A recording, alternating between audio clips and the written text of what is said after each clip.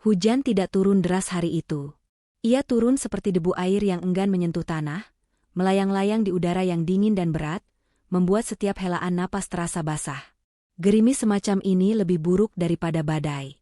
Ia tidak membersihkan, hanya menempel, meresap ke dalam tulang melalui kain hitam yang dikenakan Kirana, membuatnya menggigil bukan hanya karena duka. Di sekelilingnya, pemakaman itu terasa lengang. Beberapa payung hitam terkembang di kejauhan, menaungi wajah-wajah canggung rekan kerja Damar dan beberapa kerabat jauh yang tatapannya penuh rasa kasihan tapi kosong. Mereka tidak benar-benar mengenalnya, tidak juga mengenal Damar. Mereka hanya datang untuk memenuhi kewajiban sosial, berdiri dalam diam yang sopan, menunggu saat yang tepat untuk pergi dan kembali ke kehidupan mereka yang hangat dan utuh. Kirana berdiri tepat di tepi liang lahat. Matanya terpaku pada gundukan tanah merah yang masih basah, lengket, dan berbau tajam. Bau tanah basah dan bunga Kamboja yang ditebarkan seadanya. Di kemudian hari, ia akan membenci bau itu. Bau dari akhir segalanya. Ia tidak menangis. Air matanya sudah habis sejak 2 hari yang lalu. Sejak telepon dari rumah sakit itu datang dan merenggut seluruh dunianya. Yang tersisa kini hanyalah sebuah kekosongan yang aneh, sebuah rasa kebas yang membuatnya merasa seperti penonton dalam film tragedi hidupnya sendiri. Ia bisa merasakan tatapan orang-orang padanya, merasakan bisikan mereka yang terbawa angin. Kasihan sekali, masih begitu muda. Suaminya orang baik. Dia pasti sangat terpukul. Ia memang terpukul. Lebih dari yang bisa mereka bayangkan. Damar bukan hanya suaminya, ia adalah rumahnya. Ia adalah pagi hari dengan aroma kopi, siang hari dengan pesan-pesan konyol, dan malam hari dengan lengan yang selalu melingkarinya. Tanpa Damar, Kirana hanyalah sebuah bangunan kosong tanpa jendela dan pintu. Ia memeluk dirinya sendiri, mencoba merasakan kehangatan yang tak ada. Jemarinya mengusap nisan kayu sederhana yang tertancap di gundukan tanah. Nama, Damar Pratama, terukir di sana. Begitu final. Begitu nyata. Sebuah nama yang biasa ia panggil dengan 1000 nada. Nada manja, nada kesal, nada penuh cinta, kini terpahat dingin di atas kayu. Di tengah kabut duka yang tebal itu, sebuah perasaan janggal mulai menyusup. Seperti nada sumbang dalam sebuah lagu yang syahdu. Ia mengangkat wajahnya, mengedarkan pandangan ke seluruh penjuru pemakaman yang sepi itu sekali lagi. Ia mencari sepasang mata yang seharusnya memberinya kekuatan, mencari senyum yang seharusnya menenangkannya, mencari pelukan yang seharusnya menjadi tempatnya berlindung. Ia mencari keluarganya. Ayahnya, Pranata, dengan sosoknya yang tinggi dan biasanya selalu tampak berwibawa. Ibunya, Winda, yang meskipun sering mengkritik, seharusnya ada di sini untuk memegang tangannya. Dan Salsabila, Sasa, adiknya.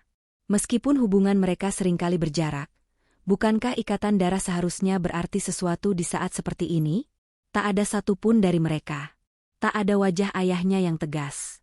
Tak ada isak tangis ibunya yang dramatis. Tak ada Sasa yang mungkin akan berdiri canggung di kejauhan. Mereka tidak ada. Lalu ia mencari satu wajah lagi. Wajah yang telah menjadi bagian dari hidupnya lebih lama dari Damar sekalipun. Jelita. Sahabatnya sejak mereka masih mengenakan seragam putih biru.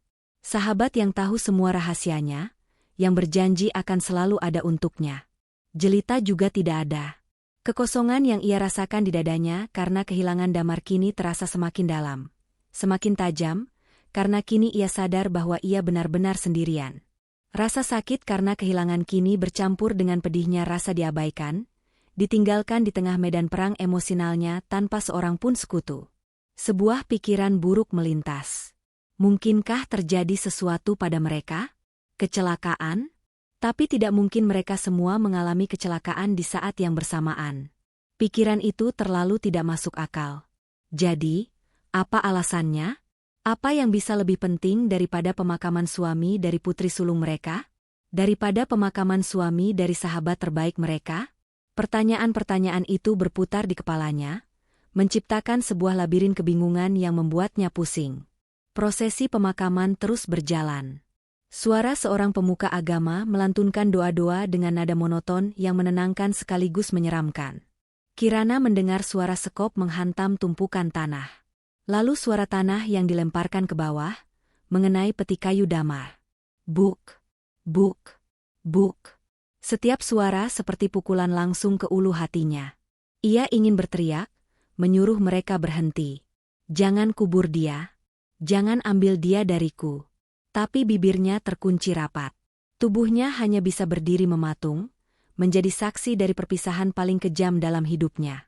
Saat peti mati Damar perlahan diturunkan ke dalam liang lahat, ponsel di dalam tas lempangnya mulai bergetar. Getaran itu terasa begitu kasar, begitu mengganggu di tengah kesunyian yang sakral ini. Ia mengabaikannya. Mungkin hanya pesan salah sambung atau penawaran promosi. Getaran itu berhenti, lalu mulai lagi. Dan lagi. Tanpa henti. Seperti sebuah kepanikan kecil yang terperangkap di dalam tasnya. Ia tetap diam, matanya tak lepas dari peti yang perlahan menghilang dari pandangan, ditelan oleh tanah merah yang basah. Saat gundukan tanah terakhir dirapikan dan doa penutup diucapkan, orang-orang mulai bergerak.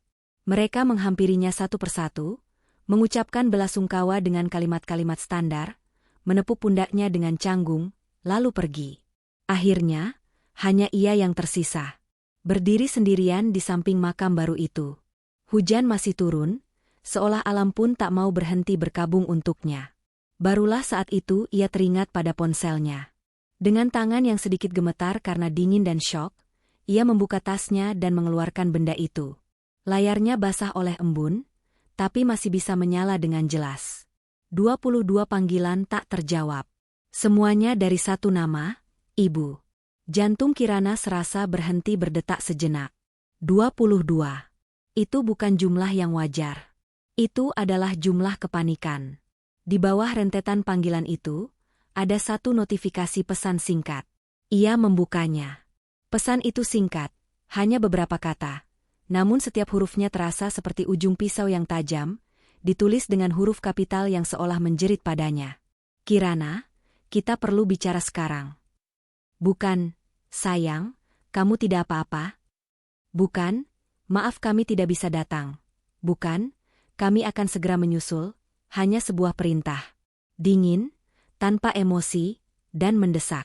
Rasa duka Kirana yang tadi begitu besar dan membakar, seketika membeku. Berubah menjadi bongkahan es di dalam dadanya. Di atas tanah basah tempat suaminya baru saja dimakamkan, di tengah gerimis yang tak kunjung reda, Kirana tidak lagi merasakan kesedihan. Yang ia rasakan adalah sesuatu yang lain. Sesuatu yang lebih dingin, lebih gelap, dan jauh lebih berbahaya. Kebingungan dan amarah. Ia menatap nama ibunya di layar, lalu menatap nisan kayu suaminya. Dua dunia yang seharusnya saling mendukung kini terasa saling bertentangan. Dan ia, berdiri tepat di tengah-tengah keretakan itu. Ia memasukkan kembali ponselnya ke dalam tas, menegakkan punggungnya, dan berjalan meninggalkan makam itu dengan langkah yang lebih mantap dari sebelumnya. Ia belum tahu apa yang terjadi, tapi ia tahu satu hal, perang baru saja dimulai. Kunci itu terasa asing di tangannya saat ia memasukkannya ke lubang pintu. Biasanya, Damar yang akan membuka pintu. Ia akan disambut dengan senyum lelah namun hangat, dan pertanyaan, hari ini kamu ngapain aja? Sekarang, yang menyambutnya hanyalah suara klik kunci yang menggema di rumah yang sunyi. Ia mendorong pintu itu terbuka dan melangkah masuk. Udara di dalam terasa pengap dan dingin, seolah rumah itu ikut mati bersama pemiliknya.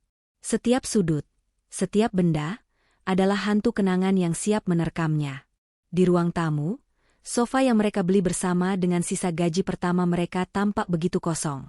Di sana, di ujung kanan, adalah tempat favorit Damar. Tempatnya duduk sambil menonton pertandingan sepak bola dengan suara yang terlalu keras, atau tempatnya tertidur dengan laptop masih di pangkuannya.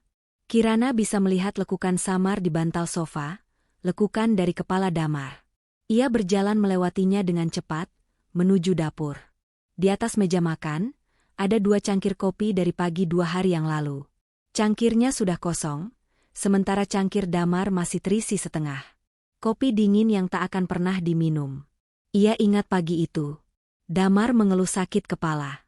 Ia menyuruhnya untuk tidak berangkat kerja, tapi Damar bersikeras ada audit penting yang harus ia selesaikan. Cuma pusing biasa, sayang, katanya sambil mengecup kening Kirana. Itu adalah kecupan terakhir mereka. Kirana menyandarkan tubuhnya di konter dapur, napasnya terasa sesak. Ponsel di tasnya bergetar lagi. Dan lagi. Panggilan dari ibunya, ayahnya, bahkan Sasa, datang silih berganti. Ia mengeluarkan ponsel itu, menatap layar yang terus menyala dengan nama-nama mereka, lalu dengan satu gerakan tegas, ia menekan tombol silent. Ia tidak mau bicara. Tidak sekarang. Ia butuh ruang untuk bernapas, untuk mencoba memahami dua tragedi yang menimpanya sekaligus. Kematian suaminya yang tiba-tiba, dan pengkhianatan keluarganya yang tak terduga. Mengapa mereka tidak datang? Sebuah pertanyaan sederhana yang jawabannya terasa begitu rumit dan menakutkan. Ia berjalan ke kamar tidur mereka. Aroma damar masih tertinggal di sini, samar namun nyata. Campuran aroma sabun, parfum, dan aroma khas tubuhnya. Ia membuka lemari pakaian dan membenamkan wajahnya di antara kemeja-kemeja kerja damar yang tergantung rapi. Ia menghirup dalam-dalam, mencoba mencuri sisa-sisa kehadiran suaminya. Disinilah air matanya kembali datang, mengalir tanpa suara, membasahi kain kemeja damar. Ia menangis bukan hanya karena rindu, tapi juga karena marah. Marah pada takdir. Marah pada penyakit aneurisma otak yang merenggut damar begitu cepat tanpa peringatan, dan marah pada keluarganya sendiri. Sebuah kilas balik melintas di benaknya, begitu jelas seolah baru terjadi kemarin. Sebuah makan malam keluarga beberapa bulan setelah ia dan Damar menikah. Mereka duduk di meja makan rumah orang tuanya yang besar dan mewah. Ayahnya, Pranata, lebih banyak diam, sibuk dengan ponselnya. Ibunya, Winda, yang memulai percakapan dengan nada manis yang palsu. Jadi, Damar, bagaimana pekerjaanmu? Masih sibuk mengurus angka-angka orang lain? Tanyanya. Damar tersenyum sopan. Masih, Tante. Cukup menantang. Tante, ibunya tidak pernah memanggil Damar dengan sebutan, Nak. Kirana bilang kamu auditor independen, ya? Gajinya cukup untuk hidup di Jakarta? Pertanyaan itu dilontarkan sambil lalu, seolah hanya basa-basi, tapi ujungnya yang tajam terasa jelas. Damar sedikit terbatuk. Cukup, Tante. Kami hidup sederhana. Lalu Sasa, adiknya, menimpali dengan suara manja. Oh, sederhana itu membosankan. Lihat deh, cincin yang dikasih Dion buatku. Bagus. Kan? Katanya ini dari koleksi terbatas. Sasa mengacungkan jarinya, memamerkan sebuah cincin berlian yang berkilauan di bawah lampu kristal ruang makan. Kirana melihat wajah Damar sedikit menegang. Ia tahu suaminya merasa kecil di tengah keluarganya. Keluarganya tidak pernah terang-terangan menolak Damar.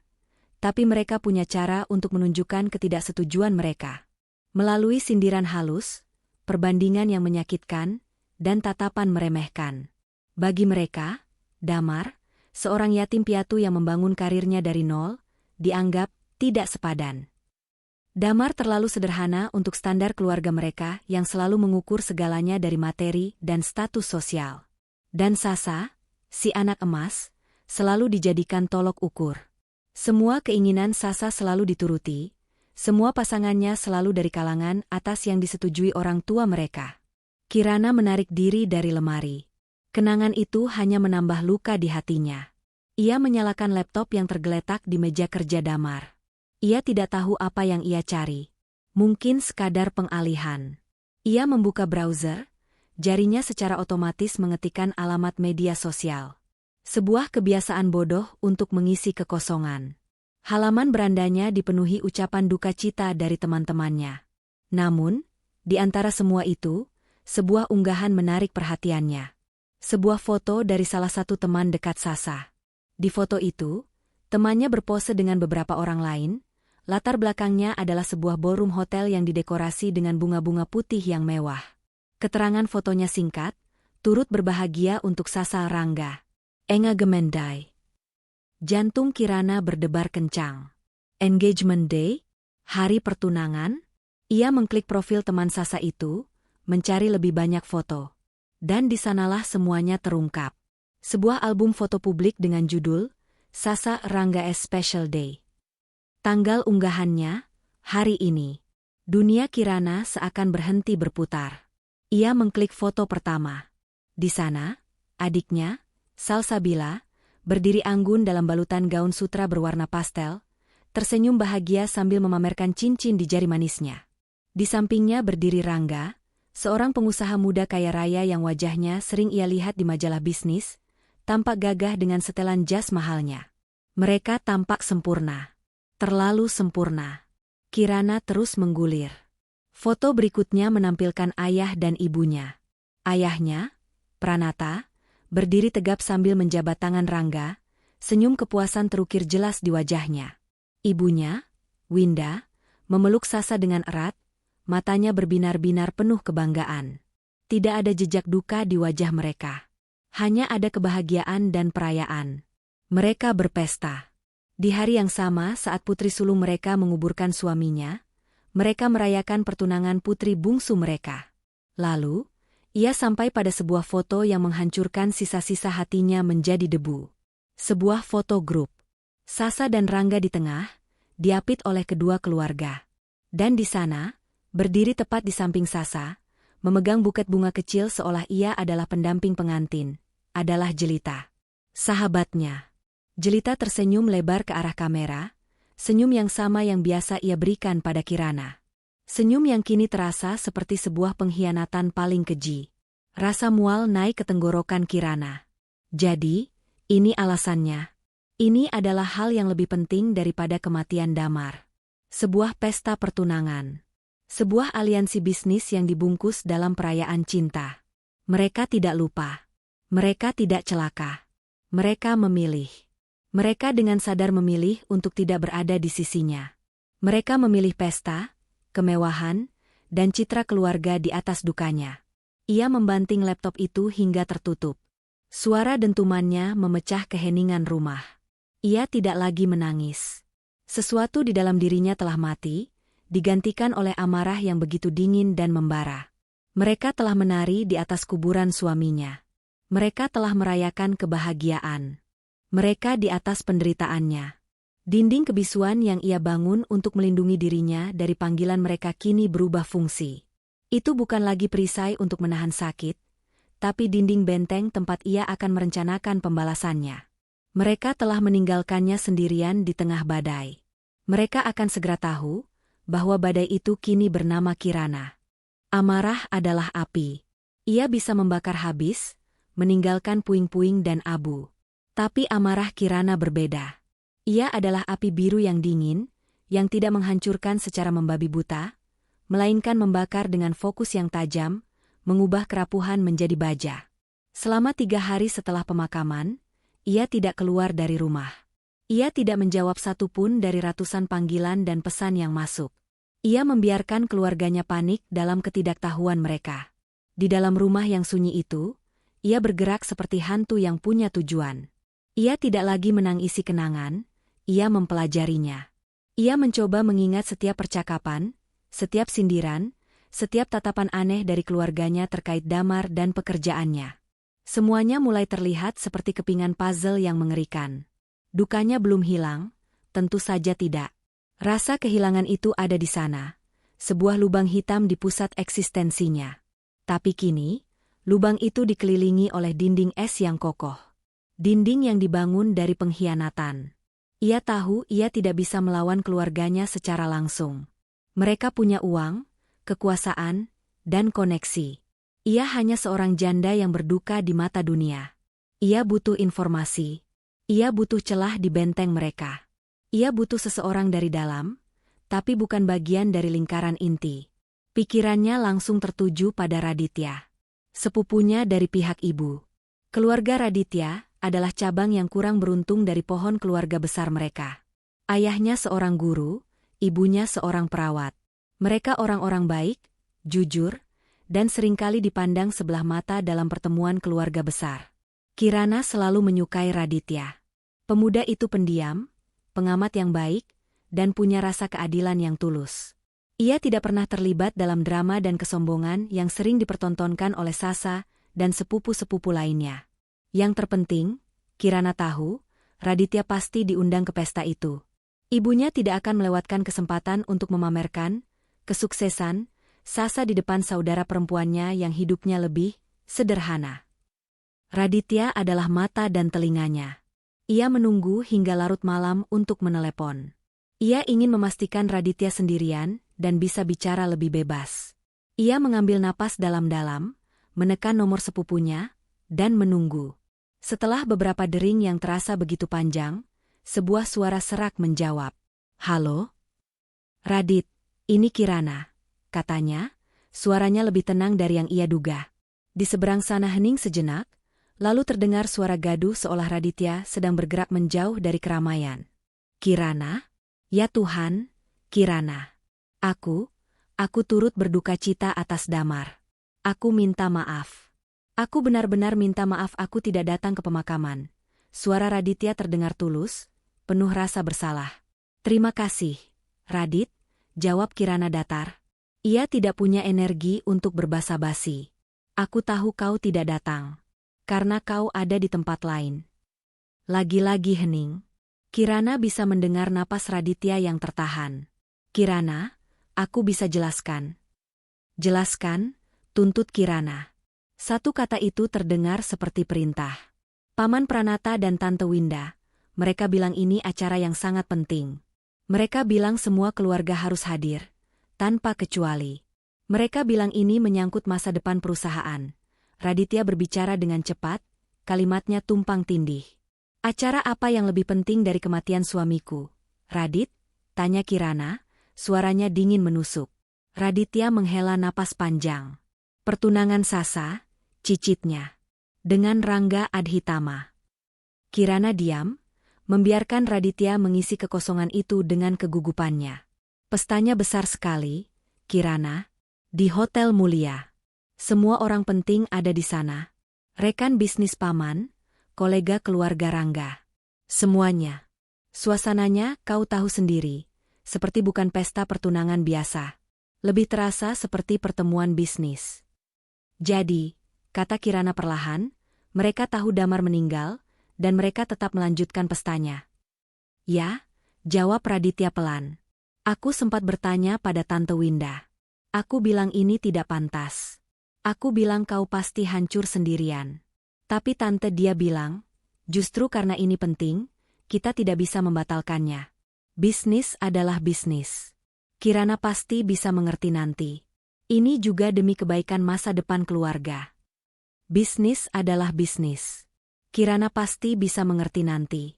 Kalimat itu, yang diucapkan ibunya sendiri, terasa lebih menyakitkan daripada 1000 tamparan. Mereka tidak hanya mengabaikannya, mereka merasionalisasi tindakan mereka. Mereka menganggap dukanya adalah sesuatu yang bisa ditunda, sesuatu yang tidak sepenting sebuah kesepakatan bisnis. "Ceritakan tentang Rangga," kata Kirana, mengubah topik. Amarahnya kini terkendali, berubah menjadi rasa ingin tahu yang dingin. "Rangga Adhitama? Kau tahu kan, dari Adhitama Group. Perusahaan mereka raksasa. Konstruksi, properti, pertambangan. Gosipnya, mereka akan merger dengan perusahaan Paman Pranata.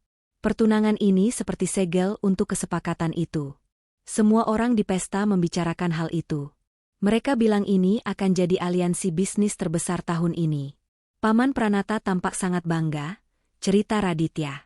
"Merger. Aliansi bisnis." Semua kepingan puzzle itu mulai menyatu. Pertunangan Sasa bukan hanya tentang cinta, atau bahkan bukan tentang cinta sama sekali. Itu adalah transaksi. Sasa adalah maharnya, dan hadiahnya adalah kelangsungan dan ekspansi bisnis ayahnya. Dan pemakaman Damar? Itu hanyalah sebuah ketidaknyamanan kecil yang terjadi di waktu yang salah. Sebuah gangguan yang harus diabaikan demi kebaikan keluarga. "Apakah ada hal aneh lainnya yang kau lihat atau dengar?" desak Kirana. Raditya berpikir sejenak. "Aneh? Aku tidak tahu. Tapi suasana di antara keluarga Rangga dan keluarga kita agak tegang. Seperti mereka sedang memaksakan senyum. Ayah Rangga, Pak Hartawan, dia terus-menerus menempel pada Paman Pranata. Mereka bicara dengan berbisik-bisik, wajah mereka sangat serius. Tidak seperti orang yang sedang merayakan pertunangan anak mereka." Informasi itu seperti setetes tinta di air jernih. Kecil, tapi cukup untuk mengubah segalanya. Ada sesuatu yang lebih dari sekadar bisnis biasa. Ada urgensi. Ada ketegangan. Radit, kata Kirana, suaranya melembut. Aku minta tolong padamu. Jangan bilang pada siapapun aku meneleponmu. Terutama pada ayah, ibu, atau Sasa. Tentu saja, Kirana. Aku tidak akan bilang. Aku ada di pihakmu. Apa yang mereka lakukan itu salah, kata Raditya tegas. Terima kasih, ucap Kirana tulus. Aku tidak akan melupakan ini. Setelah menutup telepon, Kirana duduk dalam kegelapan ruang tamunya untuk waktu yang lama. Bisikan dari balik pesta megah itu telah memberinya apa yang ia butuhkan, sebuah motif. Ini bukan lagi sekadar pengabaian karena tidak berperasaan. Ini adalah sebuah kalkulasi dingin. Keluarganya telah mengorbankannya di atas altar keserakahan mereka. Mereka pikir ia hanya seorang janda lemah yang akan menangis di sudut ruangan. Mereka salah. Ia tidak akan menangis. Ia akan menghitung. Ia akan mengkalkulasi. Ia akan membuat mereka membayar setiap air mata yang seharusnya ia tumpahkan. Permainan catur telah dimulai, dan ia baru saja mendapatkan gambaran utuh dari papan permainannya. Beberapa hari berikutnya, Kirana mulai melakukan tugas yang paling berat, membereskan barang-barang peninggalan Damar. Sebelumnya, tindakan ini terasa mustahil, terlalu menyakitkan. Setiap benda adalah portal menuju kenangan yang akan membuatnya lumpuh. Tapi sekarang, tujuannya berbeda. Ini bukan lagi ratapan seorang janda, melainkan sebuah investigasi. Ia tidak tahu apa yang ia cari. Mungkin sebuah surat, sebuah catatan, atau petunjuk apapun yang bisa menjelaskan apa yang sedang dikerjakan Damar sebelum meninggal. Firasatnya mengatakan bahwa sakit kepala hebat yang merenggut nyawa Damar bukan sekadar kebetulan. Mungkin itu dipicu oleh stres dari pekerjaan yang sangat menekan. Ia memulainya dari meja kerja Damar di sudut kamar mereka. Semuanya tertata rapi, khas Damar yang sangat teratur. Tumpukan dokumen audit, buku-buku tebal tentang akuntansi, dan beberapa map berkas. Ia memeriksa semuanya satu persatu. Isinya sebagian besar adalah laporan keuangan dari berbagai perusahaan klien Damar. Tidak ada yang aneh. Hanya angka dan angka. Ia membuka laci meja. Di sana ada buku catatan Damar. Ia membolak-balik halamannya dengan penuh harap. Sebagian besar isinya adalah perhitungan rumit dan jadwal pertemuan. Namun, di beberapa halaman terakhir, ia menemukan sesuatu. Beberapa catatan singkat dan samar. Proyek Elang Adhitama Group. Di bawahnya ada beberapa nama perusahaan yang terdengar asing. PT Jaya Sentosa, CV Bintang Timur, PT Tirta Anugrah. Dan di paling bawah, sebuah kalimat yang digarisbawahi 2 kali, alur dana tidak wajar. Perlu ditelusuri lebih lanjut. Jantung Kirana mulai berdetak lebih cepat. Adhitama Group. Itu perusahaan keluarga Rangga. Jadi, Damar sedang menyelidiki mereka. Ini bukan lagi kebetulan. Ia menyingkirkan semua berkas fisik itu dan beralih ke target utamanya, laptop kerja Damar. Benda itu tergeletak di atas meja, dingin dan senyap. Ia membukanya. Layar menyala, menampilkan foto pernikahan mereka sebagai latar belakang. Damar tersenyum begitu bahagia di foto itu, merangkulnya erat. Untuk sesaat, pertahanan Kirana goyah. Ia mengusap layar itu dengan lembut, seolah bisa merasakan kembali kehangatan senyum suaminya. Tapi ia segera menggelengkan kepala, mengusir kesedihan itu. Sekarang bukan waktunya untuk lemah. Ia menggerakkan mouse, dan layar itu meminta kata sandi. Tentu saja. Damar sangat menjaga kerahasiaan pekerjaannya. Kirana menarik napas, mencoba berpikir seperti Damar. Apa yang akan ia jadikan kata sandi? Ia mencoba kombinasi pertama yang paling jelas, tanggal lahir Damar. Gagal. Tanggal lahirnya. Gagal. Nama panggilan Damar untuknya. Gagal. Nama ibu Damar. Gagal. Ia mencoba selama hampir setengah jam, mengetikkan setiap tanggal penting dan kata-kata berarti yang bisa ia pikirkan. Frustrasi mulai menjalari dirinya. Bagaimana jika ia tidak akan pernah bisa membukanya? Ia bersandar di kursi, memejamkan mata, dan mencoba menenangkan pikirannya. Ia mencoba membayangkan Damar duduk di kursi ini, mengetikkan kata sandinya setiap pagi. Apa yang paling berarti baginya? Apa yang menjadi jangkar dalam hidupnya? Lalu sebuah kenangan melintas. Malam sebelum mereka menikah, Damar berkata padanya, "Besok adalah hari pertama dari sisa hidupku yang sempurna, karena ada kamu di dalamnya." Hari pertama. Hari pernikahan mereka. Dengan tangan sedikit gemetar, ia mengetikkan kombinasi 8 angka itu, tanggal, bulan, dan tahun pernikahan mereka. Ia menekan enter. Klik. Laptop itu terbuka. Napas Kirana tercekat di tenggorokannya. Ia berhasil.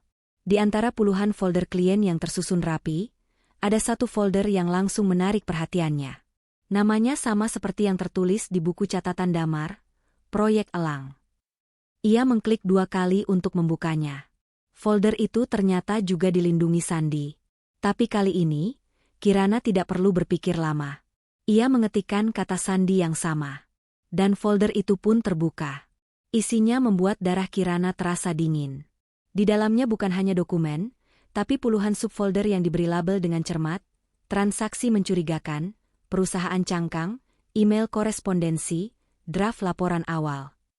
Ia membuka folder, transaksi mencurigakan, terlebih dahulu.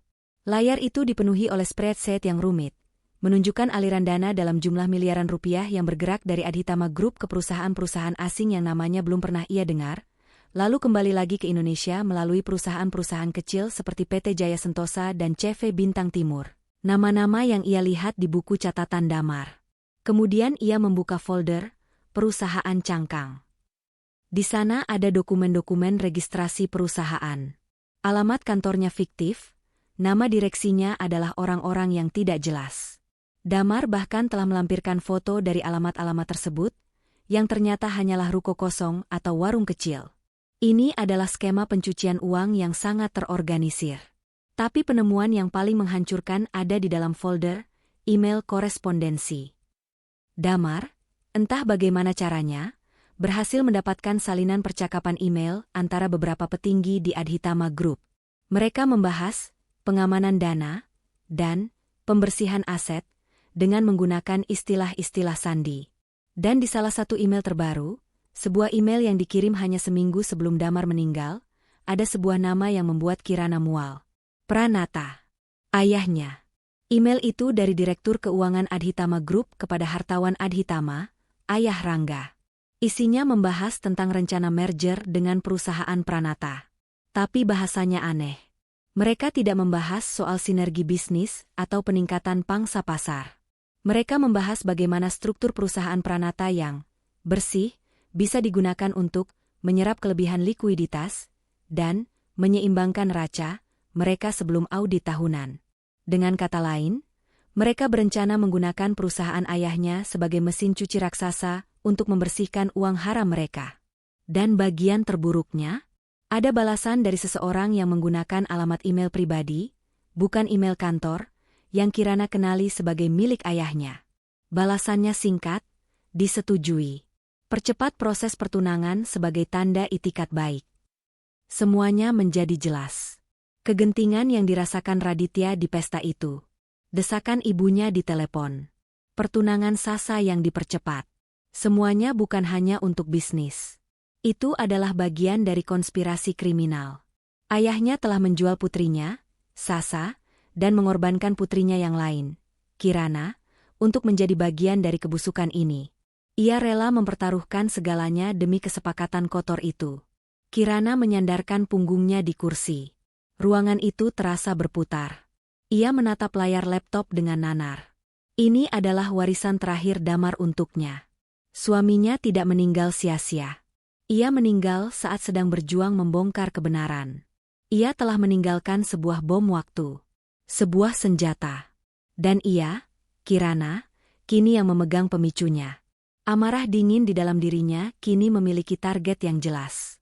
Ini bukan lagi hanya tentang pembalasan dendam karena diabaikan. Ini tentang keadilan untuk Damar. Ia akan menyelesaikan apa yang telah dimulai suaminya.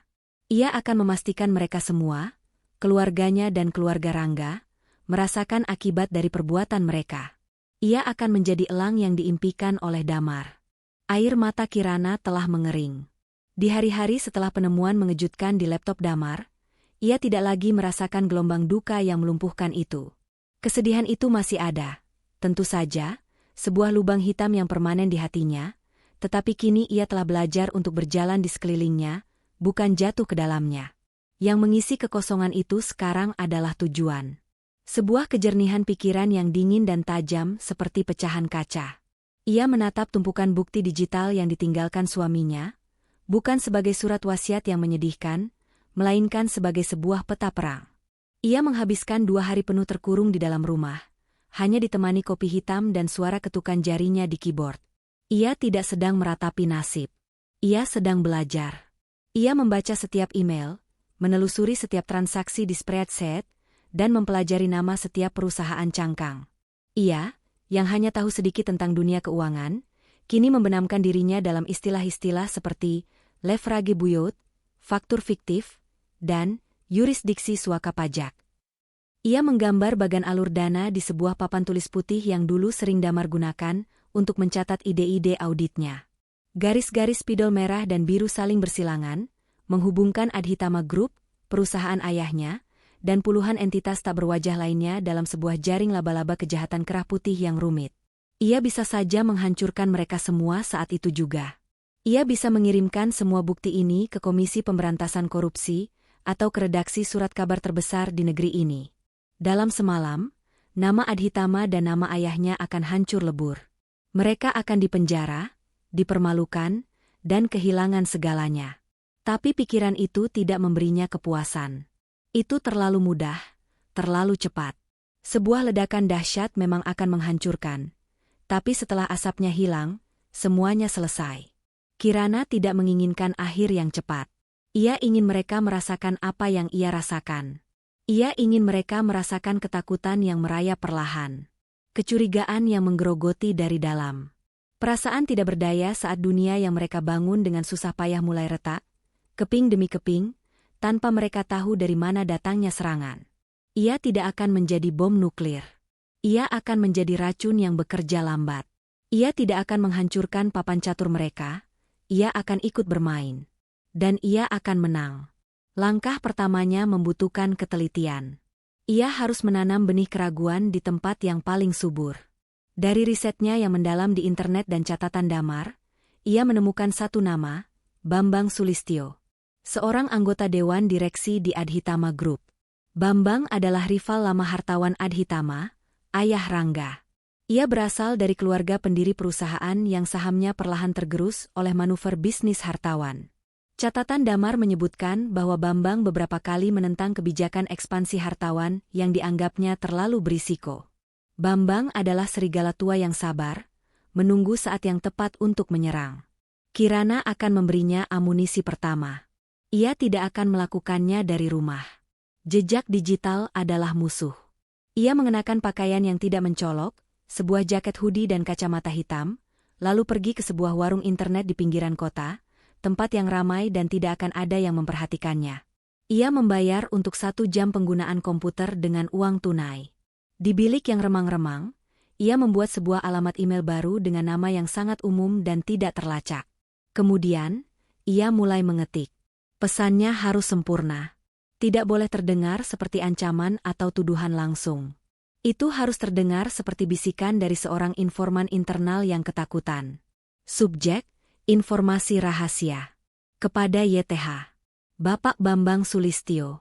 Dengan segala hormat, saya menulis surat ini karena kepedulian saya terhadap masa depan Adhitama Group. Saya adalah seorang karyawan level menengah yang tidak berani menunjukkan identitas. Ada beberapa transaksi yang disetujui oleh direksi belakangan ini, yang membuat beberapa dari kami di bagian keuangan sangat khawatir. Khususnya, aliran dana ke PT Jaya Sentosa dan CV Bintang Timur. Jumlahnya sangat signifikan namun tujuan bisnisnya tidak jelas. Ada juga pembicaraan mengenai percepatan merger dengan Pranata Corp yang proses uji tuntasnya terkesan dipaksakan. Saya khawatir ada risiko tersembunyi yang sengaja tidak diungkapkan kepada seluruh dewan direksi.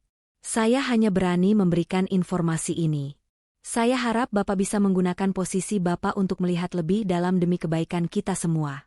Tolong jangan coba cari siapa saya. Terima kasih. Ia membacanya berulang kali. Cukup. Tidak ada data konkret yang bisa dilacak kembali ke Damar atau dirinya. Tapi nama 2 perusahaan cangkang itu adalah kuncinya.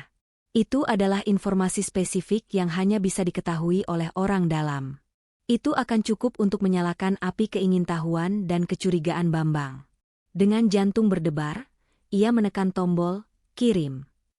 Setelah memastikan pesannya terkirim, ia segera logout, menghapus riwayat browser, dan meninggalkan warnet itu tanpa menoleh ke belakang. Langkah pertama telah diambil. Langkah keduanya bersifat defensif. Ia tahu bahwa cepat atau lambat, perang ini akan menjadi kotor.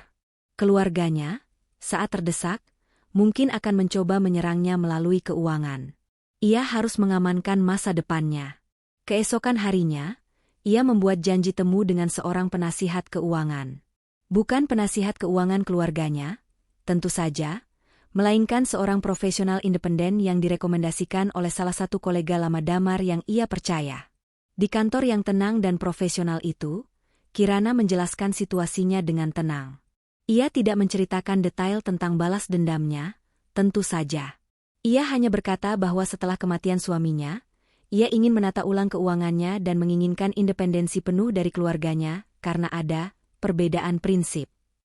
Ia meminta penasihat itu untuk membantunya mengkonsolidasikan seluruh aset pribadinya, tabungan, investasi kecil-kecilan, dan semua aset warisan dari damar ke dalam sebuah rekening perwalian baru yang hanya bisa diakses olehnya.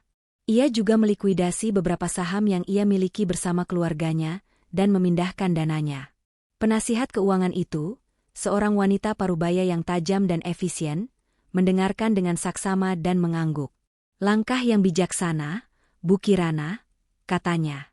Membangun benteng finansial di saat-saat seperti ini adalah hal yang paling penting. Selama seminggu berikutnya, Kirana sibuk menandatangani dokumen, menelepon bank, dan memindahkan dana. Ia melakukannya dengan efisiensi yang dingin. Setiap sen yang berhasil ia amankan terasa seperti satu bata lagi yang ia pasang di bentengnya. Ia tidak hanya membangun pertahanan, ia sedang memotong salah satu senjata terakhir yang mungkin bisa digunakan keluarganya untuk melawannya. Saat semua proses itu selesai, ia merasa sedikit lebih aman. Ia kini punya amunisi dan perisai. Papan catur sudah siap. Ia, bida hitam yang tak dianggap, kini siap untuk melancarkan serangan berikutnya. Bocoran informasi itu bekerja seperti setetes racun dalam aliran darah. Ia tidak langsung membunuh, tapi ia menyebar dengan cepat, menginfeksi setiap organ dari dalam. Seminggu setelah Kirana mengirim email anonim itu, ia menemukan berita pertamanya. Sebuah artikel kecil di kolom bisnis sebuah media online. Judulnya tidak mencolok, Audit Internal Guncang Adhitama Group.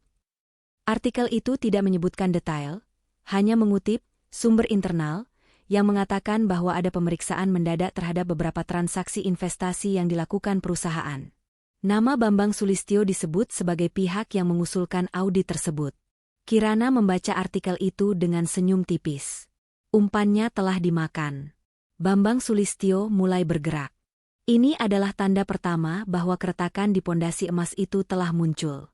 Ia tahu bahwa audit internal seperti ini akan menyebabkan kepanikan.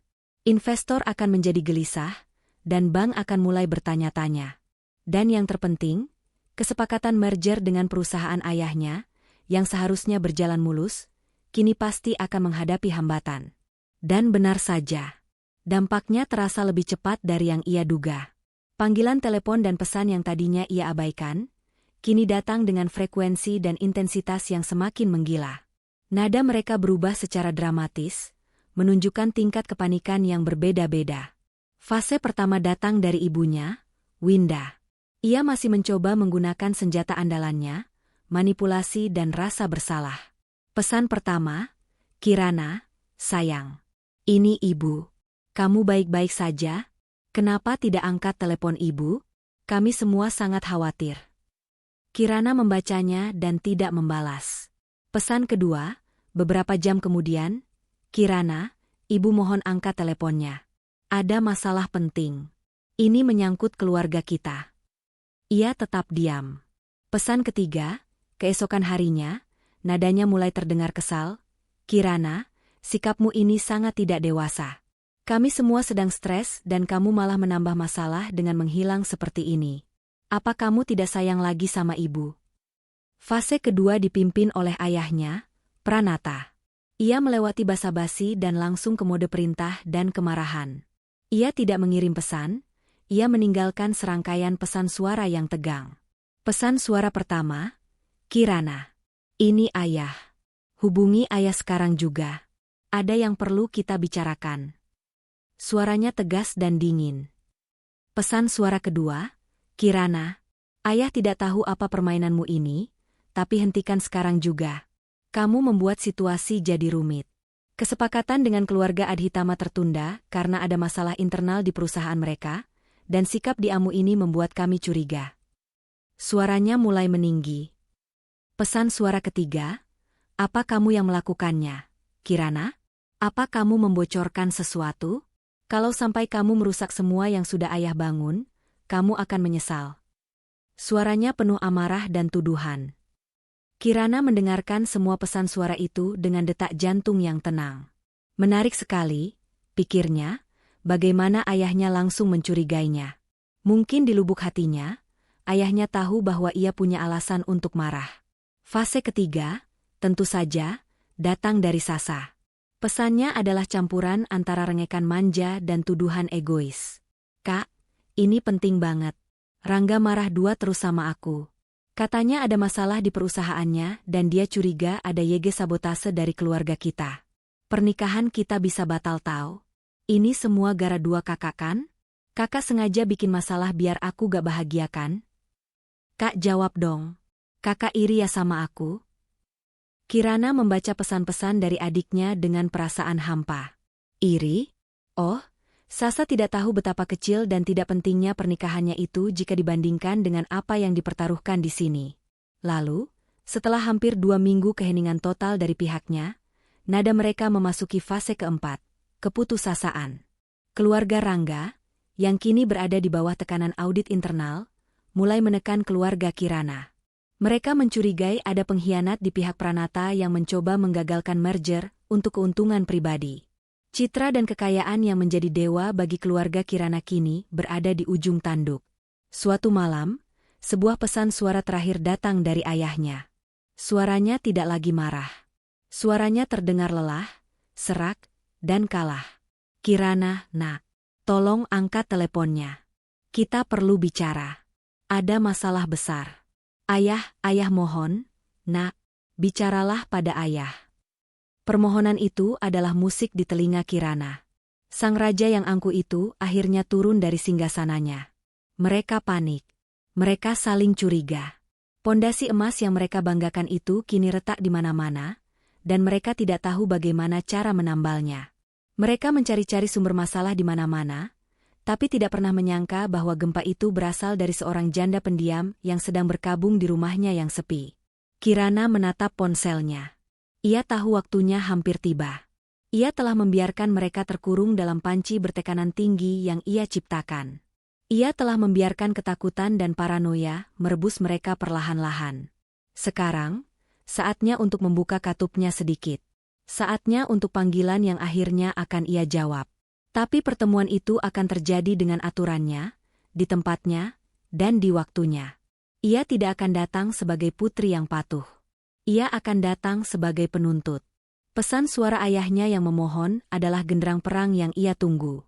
Itu adalah tanda bahwa musuh telah kehabisan amunisi dan kepercayaan diri. Mereka kini lemah, bingung, dan ketakutan. Kirana mendengarkan pesan itu 3 kali, bukan karena ragu, tapi untuk menyerap setiap nada keputusasaan dalam suara ayahnya. Ia membiarkan 1 hari lagi berlalu, membiarkan mereka marinated dalam kecemasan mereka, sebelum akhirnya ia bertindak. Ia tidak menelepon balik. Ia hanya mengirim sebuah pesan singkat kepada ayahnya. Isinya dingin dan efisien, seperti pesan untuk mengatur pertemuan bisnis. Besok, jam 3 sore. Cafe Botanika di pusat kota. Datanglah sendiri, atau jangan datang sama sekali. Ia sengaja menulis, datanglah sendiri, tahu betul bahwa keluarganya tidak akan pernah mematuhinya. Mereka terlalu pengecut untuk menghadapinya satu persatu. Mereka akan datang sebagai satu unit, berpikir bahwa jumlah mereka akan memberinya kekuatan. Ia justru mengharapkan itu. Ia ingin menghancurkan mereka semua sekaligus. Pemilihan lokasi adalah bagian dari strateginya. Cafe Botanica adalah tempat yang selalu ramai, dengan jendela-jendela kaca besar yang menghadap ke jalan. Tempat itu terlalu terbuka, terlalu publik untuk adegan drama, teriakan, atau air mata yang berlebihan.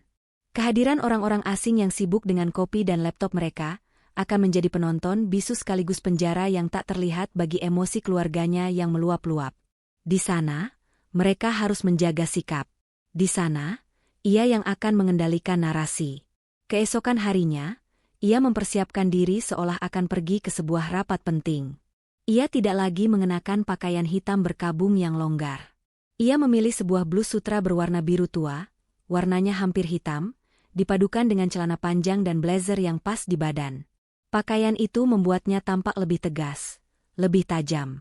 Ia menata rambutnya dengan rapi, dan hanya memoleskan riasan tipis untuk menutupi sisa-sisa kelelahan di wajahnya.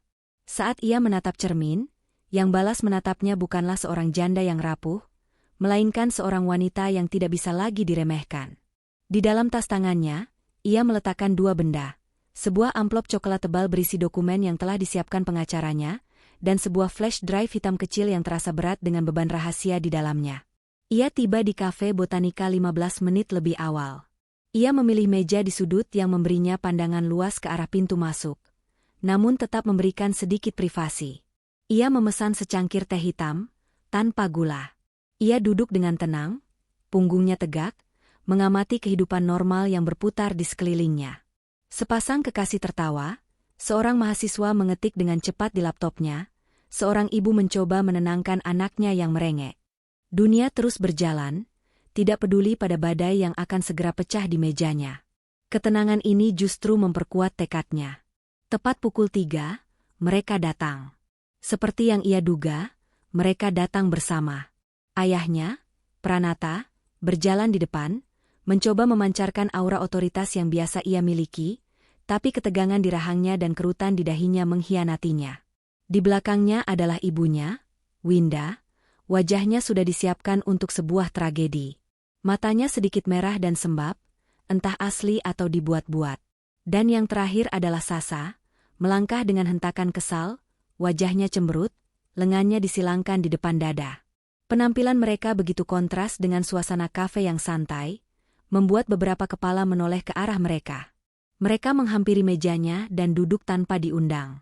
Keheningan yang canggung menyelimuti mereka selama beberapa detik. Ayahnya yang memecahkannya lebih dulu, suaranya rendah dan mendesis, mencoba menjaga agar tidak terdengar oleh meja sebelah. "Kirana, apa-apaan ini? Kenapa kau membuat kami melewati semua ini?" hardiknya. Kirana menyesap tehnya perlahan sebelum menjawab. Ia menatap ayahnya, lalu ibunya, lalu adiknya. Tatapannya tenang dan tak terbaca. "Aku hanya memberikan kalian waktu untuk berpikir," jawabnya singkat. "Berpikir tentang apa?" sela Sasa dengan nada tinggi. "Berpikir tentang bagaimana kakak menghancurkan pertunanganku?"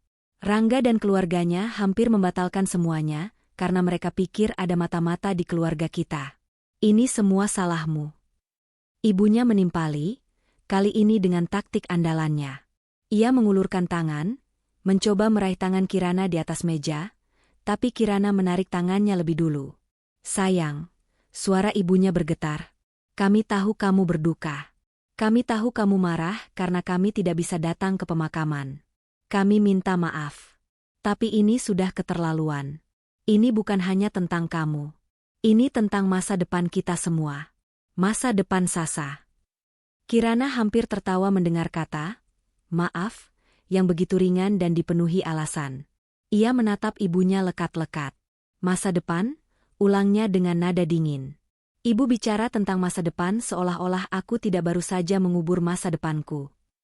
"Jangan egois, Kirana," bentak ayahnya, tak bisa lagi menahan diri. "Kau pikir hanya kau yang menderita? Perusahaan ayah dipertaruhkan di sini. Reputasi keluarga kita. Semua yang sudah ayah bangun seumur hidup bisa hancur, karena masalah internal di Adhitama Group. Dan ayah punya perasaan kuat kau ada hubungannya dengan ini." Mereka terus memberondongnya dengan tuduhan. Sasa menyalahkannya karena iri. Ibunya menyalahkannya karena tidak punya perasaan dan tidak memikirkan keluarga. Ayahnya menuduhnya egois dan bertindak kekanak-kanakan. Mereka berbicara silih berganti, kalimat mereka tumpang tindih, menciptakan sebuah paduan suara sumbang dari kepanikan dan penyangkalan. Dan selama itu semua, Kirana hanya diam. Ia tidak membela diri. Ia tidak berdebat. Ia hanya duduk di sana, menatap mereka satu persatu, membiarkan mereka mengeluarkan semua amunisi mereka. Keheningannya adalah sebuah cermin, memantulkan kembali betapa absurd dan egoisnya semua argumen mereka. Keheningannya membuat mereka semakin frustrasi, semakin panik. Mereka terbiasa dengan Kirana yang penurut, Kirana yang selalu mengalah. Mereka tidak siap menghadapi Kirana yang ini, yang diamnya terasa lebih mengancam daripada teriakan manapun. Akhirnya, setelah beberapa menit yang terasa seperti selamanya, rentetan tuduhan itu berhenti. Mereka kehabisan kata-kata, napas mereka terengah-engah. Mereka menatapnya, menunggu reaksinya. Menunggu ia menangis, berteriak, atau memohon maaf. Keheningan kini terasa berat, dipenuhi oleh kata-kata tak terucap. Disinilah babak mereka berakhir. Dan babaknya akan dimulai. Di tengah keheningan yang tegang itu, Kirana membuat gerakan pertamanya. Perlahan, tanpa suara, ia membuka tas tangannya. Mata ayah, ibu, dan adiknya terpaku pada setiap gerakannya, seolah ia akan mengeluarkan senjata. Dan dalam arti tertentu, memang itu yang ia lakukan. Ia mengeluarkan sebuah flash drive hitam kecil, dan meletakkannya dengan lembut di tengah meja. Benda itu tergeletak di sana, kecil dan tidak berarti, namun kehadirannya seketika mengubah dinamika kekuatan di meja itu. Mereka bertiga menatap benda itu dengan bingung. "Apa itu?" tanya Pranata, alisnya berkerut. Sasa tertawa sinis. "Jangan bilang kakak mau menunjukkan presentasi tentang kesedihan kakak. Kami tidak punya waktu untuk itu." Kirana mengabaikan Sasa. Ia menatap lurus ke arah ayahnya. "Ini," katanya, suaranya rendah dan mantap, memotong udara kafe yang ramai. "Adalah warisan terakhir dari suamiku. Ini adalah alasan kenapa Damar meninggal." Wajah ayahnya menegang. "Apa maksudmu?" "Damar tidak hanya sedang mengerjakan audit biasa sebelum ia meninggal. Yah," lanjut Kirana. "Ia sedang mengerjakan sebuah investigasi khusus. Sebuah proyek elang. Dan targetnya adalah Adhitama Group." Ia berhenti sejenak, membiarkan informasi itu meresap. Ia bisa melihat kilat ketakutan di mata ayahnya. "Di dalam benda kecil ini," katanya sambil menunjuk flash drive itu, "ada semua yang Damar temukan. Spreadsheet yang menunjukkan aliran dana miliaran rupiah ke perusahaan-perusahaan cangkang di luar negeri. Dokumen pendirian perusahaan fiktif yang digunakan untuk mencuci uang. Dan yang paling menarik, salinan percakapan email." Kirana mengalihkan pandangannya ke ibunya dan Sasa, yang kini menatapnya dengan mulut sedikit terbuka, tidak lagi mengerti arah pembicaraan ini. "Damar menemukan sebuah skema pencucian uang yang sangat besar, yang didalangi oleh keluarga terhormat calon suamimu, Sa." Lalu, ia kembali menatap ayahnya. Ini adalah pukulan telaknya. Dan di email terakhir yang ia kumpulkan, Damar menemukan rencana merger antara Adhitama Group dan Pranata Corp. Ia menemukan bagaimana perusahaan ayah akan dijadikan mesin cuci terakhir untuk membersihkan semua uang kotor itu. Ia bahkan menemukan balasan dari email pribadi ayah. Kirana mencondongkan tubuhnya sedikit ke depan, suaranya turun menjadi bisikan yang mematikan. "Ayah menulis, disetujui. Percepat proses pertunangan sebagai tanda itikat baik. Benarkah begitu, Yah?" Dunia di sekitar meja itu seakan runtuh. Wajah Pranata yang tadinya tegang kini pucat pasi. Ia tampak seperti seseorang yang baru saja menerima vonis mati. Ibunya, Winda, menatap suaminya dengan ngeri, air mata palsunya kini berganti dengan air mata ketakutan yang sesungguhnya. Bahkan Sasa pun terdiam, wajahnya yang angkuh kini dipenuhi oleh kebingungan dan kengerian saat ia mulai menyadari implikasi dari kata-kata kakaknya. "Jadi, jangan pernah lagi bicara padaku tentang kebaikan keluarga," kata Kirana, suaranya kembali normal, namun terasa menusuk. "Kalian tidak merayakan pertunangan Sasa di hari pemakaman suamiku.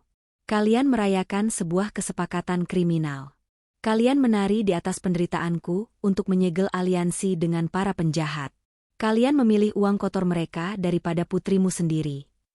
Ia bersandar kembali di kursinya. Ia telah meletakkan semua kartunya di atas meja. Sekarang, saatnya untuk ultimatum. Aku tidak butuh permintaan maaf kalian, katanya tegas. Sudah terlambat untuk itu. Sekarang, aku akan memberikan kalian pilihan. Ia meraih amplop coklat tebal dari dalam tasnya dan mendorongnya ke seberang meja. Amplop itu mendarat dengan suara pelan di depan ayahnya. Opsi pertama, jelasnya. Di dalam amplop itu ada dokumen-dokumen legal yang sudah disiapkan pengacaraku. Isinya adalah surat penyerahan hak warisku sepenuhnya atas semua aset keluarga. Dan juga tuntutan kompensasi finansial atas kerugian moral yang kalian sebabkan. Jumlahnya sudah tertera di sana. Ayah tanda tangani semuanya, di sini, sekarang juga. Sebagai gantinya, flash drive ini, beserta semua salinannya, akan tetap aman bersamaku. Aku tidak akan menggunakannya, tapi aku akan menyimpannya. Sebagai jaminan. Ia berhenti, membiarkan mereka mencerna pilihan pertama. Lalu ia melanjutkan. Atau, opsi kedua. Kalian menolak. Dan aku akan berdiri dari meja ini, berjalan keluar dari kafe ini. Dan sebelum aku sampai di mobilku, isi dari flash drive ini sudah terkirim ke 3 editor media investigasi dan ke email resmi Komisi Pemberantasan Korupsi. Kontak mereka sudah kusimpan di ponselku. Ia mengeluarkan ponselnya dan meletakkannya di samping cangkir tehnya, seolah untuk menekankan maksudnya. Dalam 24 jam, nama Adhitama dan nama Pranata akan hancur. Kalian semua, termasuk Rangga, akan menghadapi penyelidikan, kemungkinan penjara, dan kebangkrutan total. Tidak ada opsi ketiga. Tidak ada negosiasi. Saat keluarganya duduk membeku, terperangkap antara kehancuran finansial dan kehancuran total, Kirana melakukan satu gerakan terakhir. Ia membuka pesan di ponselnya, mencari nama jelita. Ia membuka galeri, memilih foto yang paling menyakitkan. Foto jelita yang tertawa riang di samping Sasa di pesta pertunangan itu. Ia melampirkan foto itu dalam sebuah pesan baru. Di bawahnya, ia hanya mengetik 3 kata. Aku tidak pernah lupa. Ia menekan tombol kirim. Sebuah panah beracun terakhir telah dilepaskan. Ia kemudian mengunci ponselnya dan kembali menatap keluarganya yang hancur. Pilihan ada di tangan kalian, katanya. Aku akan menunggu. Keheningan yang mengikuti ultimatum Kirana terasa lebih pekat daripada kebisingan kafe di sekeliling mereka. Seolah mejanya telah terbungkus dalam sebuah gelembung kedap suara, di mana satu-satunya hal yang nyata adalah 4 orang yang membeku dalam waktu dan sebuah flash drive hitam kecil yang berdenyut dengan kekuatan dahsyat. Selama beberapa menit yang terasa seperti 1 dekade, tidak ada yang bergerak. Mereka hanya menatap, terperangkap dalam jaring yang ditenun oleh putri dan kakak perempuan yang selama ini mereka anggap tidak lebih dari bayangan. Kirana mengamati mereka dengan ketenangan seorang ahli biologi yang mengamati spesimen di bawah mikroskop. Ia bisa melihat perang yang berkecamuk di dalam diri ayahnya. Pranata menatap amplop coklat tebal itu, lalu melirik ke arah flash drive, lalu kembali ke amplop. Di matanya, Kirana melihat kalkulasi yang panik. Di satu sisi neraca, ada kekayaan, warisan, dan harga diri.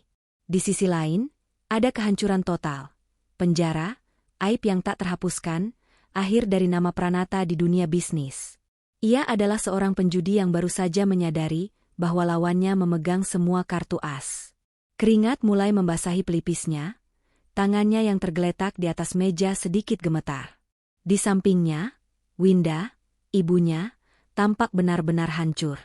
Topeng dramanya telah luruh, meninggalkan wajah seorang wanita tua yang ketakutan.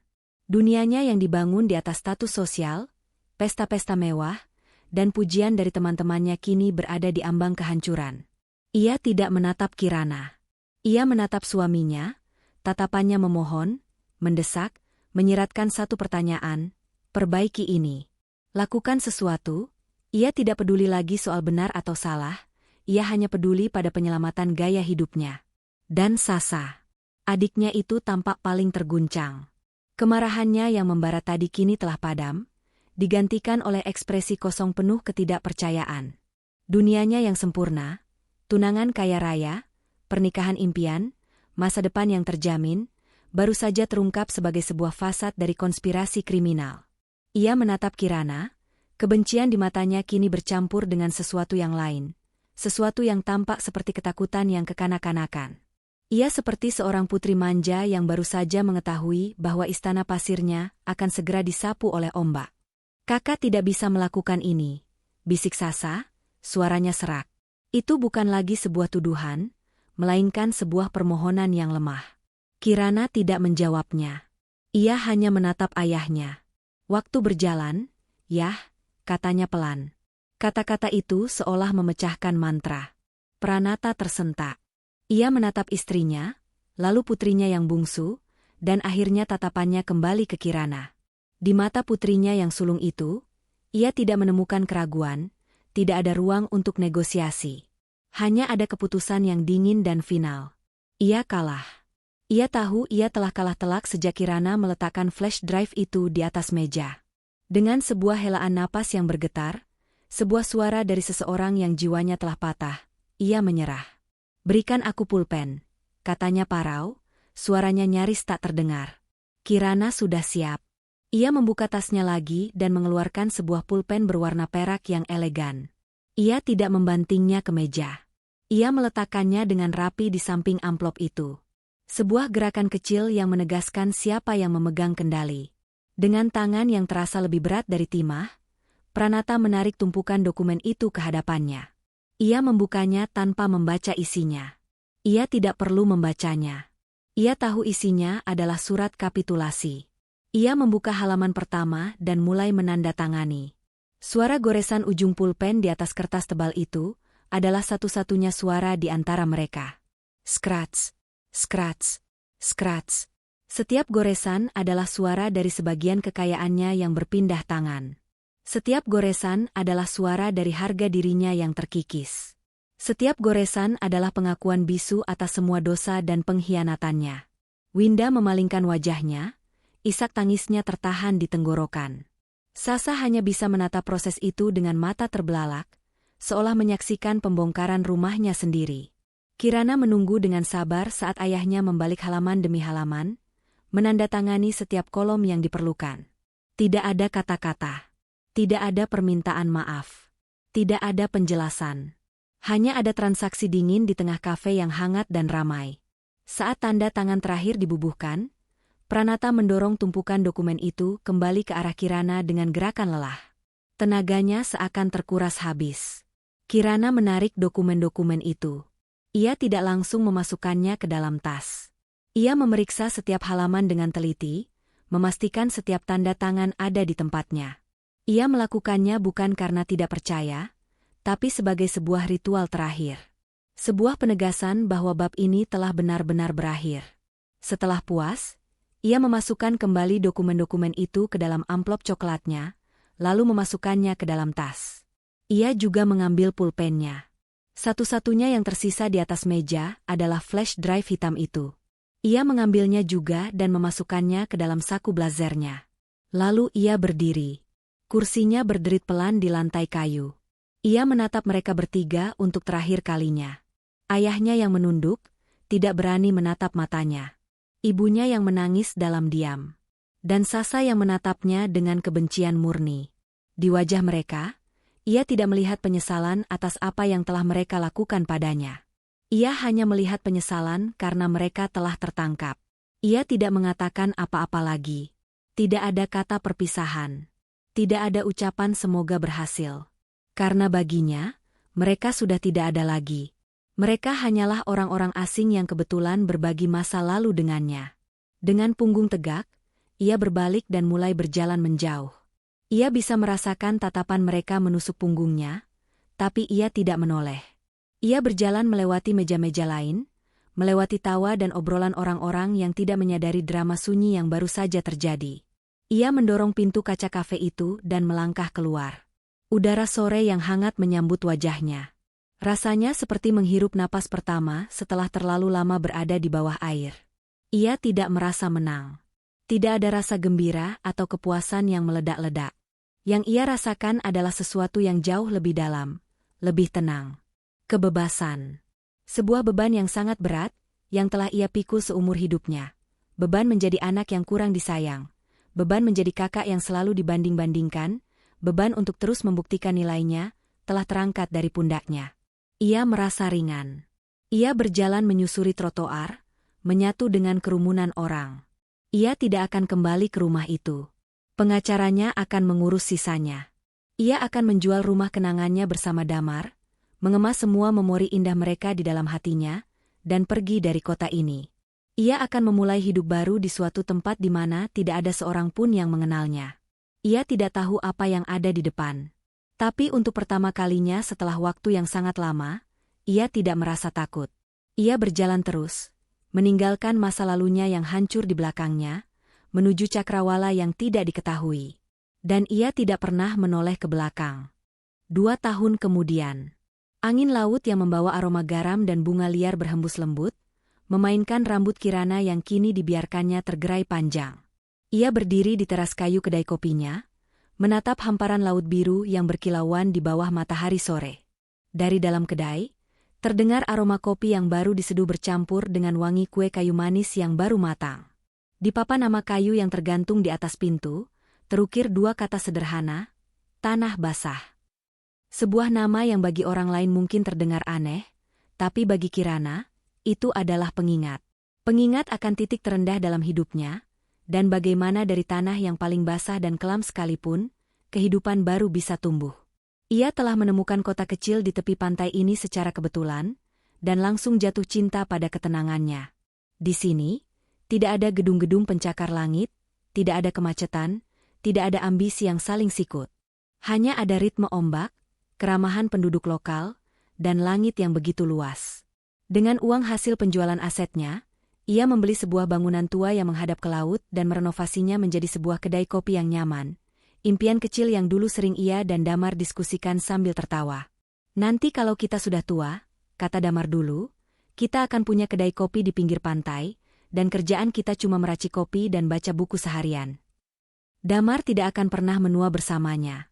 Tapi Kirana mewujudkan mimpi itu untuk mereka berdua. Kedainya sukses. Ia menjadi tempat favorit bagi penduduk lokal dan turis yang mencari ketenangan. Di sini, ia bukan lagi putri Pranata yang dikasihani atau janda Damar yang malang. Ia hanyalah Kirana, si pemilik kedai kopi dengan senyum yang ramah dan racikan latte yang paling enak di kota. Ia telah membangun sebuah komunitas baru, sebuah keluarga yang ia pilih sendiri. Ponselnya yang tergeletak di atas meja bergetar. Sebuah nama muncul di layar yang membuatnya tersenyum. Raditya. Sepupunya itu adalah satu-satunya jembatan ke masa lalunya yang tidak ia bakar. Mereka tetap berhubungan, bertukar kabar sesekali layaknya teman lama. Halo, pengejar ombak, sapa Raditya dari seberang. Itu adalah nama panggilan yang ia berikan pada Kirana. Halo, pria kota yang terjebak macet, balas Kirana sambil tertawa. Ada apa? Tidak ada apa-apa. Hanya ingin memberimu laporan karma terbaru dari ibu kota, kata Raditya, nadanya santai. Kirana bersandar di pagar teras, mendengarkan. Ia sudah lama tidak bertanya tentang mereka, tapi Raditya tahu ia masih ingin tahu. Bukan karena dendam, tapi demi sebuah penutupan. Pertama, soal Sasa, Raditya memulai. Pertunangannya dengan Rangga batal total tidak lama setelah pertemuan kalian di kafe itu. Ternyata, audit internal yang dipicu oleh email MU itu membuka begitu banyak borok di Adhitama Group. Meskipun tidak sampai ke ranah publik secara besar-besaran, investor besar mereka kabur. Perusahaan mereka goyang hebat. Keluarga Rangga, yang merasa dipermalukan dan hampir bangkrut, tentu saja langsung memutuskan hubungan dengan keluarga kita. Sasa tidak pernah bisa menerima kenyataan itu. Ia menyalahkan paman dan tante, dan hubungannya dengan mereka jadi sangat buruk. Terakhir aku dengar, ia bekerja sebagai marketing di sebuah perusahaan kecil, terus-menerus mengeluh tentang hidupnya yang tidak adil. Kirana diam, membayangkan adiknya yang selalu glamor itu. Lalu, Paman Pranata dan Tante Winda, lanjut Raditya, suaranya sedikit lebih berat. Tanpa suntikan dana dari merger dengan Adhitama, dan dengan reputasi yang sudah terlanjur tercoreng di kalangan terbatas, perusahaan Paman tidak bisa bertahan. Setahun yang lalu, ia menyatakan bangkrut. Mereka harus menjual rumah mewah itu, mobil-mobil, perhiasan tante. Semuanya. Mereka sekarang tinggal di sebuah rumah kontrakan kecil di pinggiran kota. Aku pernah sekali berkunjung. Rasanya menyedihkan. Mereka menghabiskan sebagian besar waktu mereka dengan saling menyalahkan atas apa yang terjadi. Sebuah gambaran yang menyedihkan, tapi Kirana tidak merasakan apa-apa selain kehampaan. Dan jelita? Tanyanya pelan. Ah, si pengkhianat, desah Raditya. Cerita tentang apa yang ia lakukan padamu di hari pemakaman Damar, entah bagaimana menyebar di lingkaran pertemanan kalian. Mungkin ada teman lain yang merasa itu keterlaluan. Ditambah lagi, setelah keluarga Sasa jatuh, ia tidak lagi berguna bagi jelita. Perlahan-lahan, ia dijauhi. Orang-orang tidak suka berteman dengan seseorang yang tega meninggalkan sahabatnya di saat terburuk. Kirana menghela napas. Jadi, begitulah akhirnya. Bukan sebuah ledakan dahsyat, melainkan sebuah pembusukan yang lambat. Mereka tidak dihancurkan olehnya. Mereka dihancurkan oleh keserakahan, keegoisan, dan sifat mereka sendiri. Ia hanya menyalakan korek api, tapi merekalah yang telah menimbun bensin di sekeliling mereka selama bertahun-tahun. Terima kasih untuk kabarnya, Radit, kata Kirana tulus. Setelah menutup telepon, ia berdiri di sana untuk waktu yang lama, menatap matahari yang mulai turun, melukis langit dengan warna jingga dan ungu. Ia teringat semua rasa sakit yang pernah merobek-robek jiwanya. Ia teringat dinginnya tanah basah di pemakaman Damar. Ia teringat pedihnya pengkhianatan. Ia teringat amarah dingin yang memberinya kekuatan untuk bertarung. Lalu, sebuah senyum kecil tersungging di bibirnya. Senyum itu perlahan melebar, dan kemudian, sebuah suara tawa pecah dari bibirnya. Awalnya pelan, hanya sebuah kekahan kecil, lalu semakin keras, lepas, dan bebas. Itu bukan tawa kemenangan yang jahat. Itu bukan tawa yang menertawakan penderitaan orang lain. Itu adalah tawa kebebasan. Tawa lega dari seseorang yang telah berhasil melewati badai paling gelap dalam hidupnya dan menemukan pantai yang cerah di seberangnya. Tawa dari seseorang yang telah berdamai dengan masa lalunya dan menyadari bahwa alam semesta, dengan caranya yang lambat dan misterius, telah memberikan keadilannya. Ia berhenti tertawa, menyeka setitik air mata bahagia di sudut matanya. Ia menatap lautan di depannya, cakrawala yang tak berujung. Ia siap untuk hari esok. Ia siap untuk melanjutkan hidupnya.